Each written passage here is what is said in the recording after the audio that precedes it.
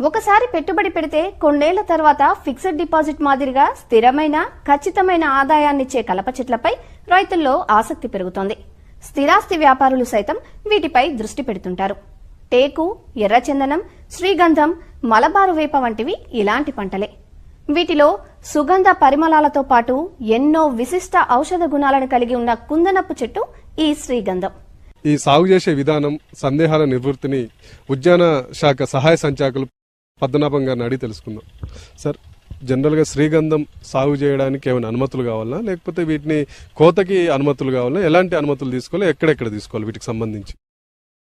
శ్రీగంధం సాగు చేసుకోవడానికి ఎవరి అనుమతులు అవసరం లేదండి. మామూలుగా మనము పండ్ల తోటలు ఎట్లా వేసుకుంటామో శ్రీగంధం మొక్కలు తెచ్చి కూడా మనం అట్లా డైరెక్ట్గా నాటుకోవచ్చు. కానీ నాటుకున్న తర్వాత మనం రెగ్యులర్గా ఉన్న పానీలో కానీ పట్టేదారు పాస్బుక్లో ఫలానా సర్వే నంబర్లో ఇన్ని మొక్కలు నాటినామని మనము